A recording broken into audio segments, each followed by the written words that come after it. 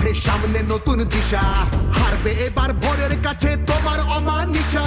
ভাগ করেছো ধর্ম দিয়ে ভাষার অপমানে, লড়াই হলে জবাব দিতে এই বাংলাও জানে। মুখেও থাকবে খোলা উন্নয়ন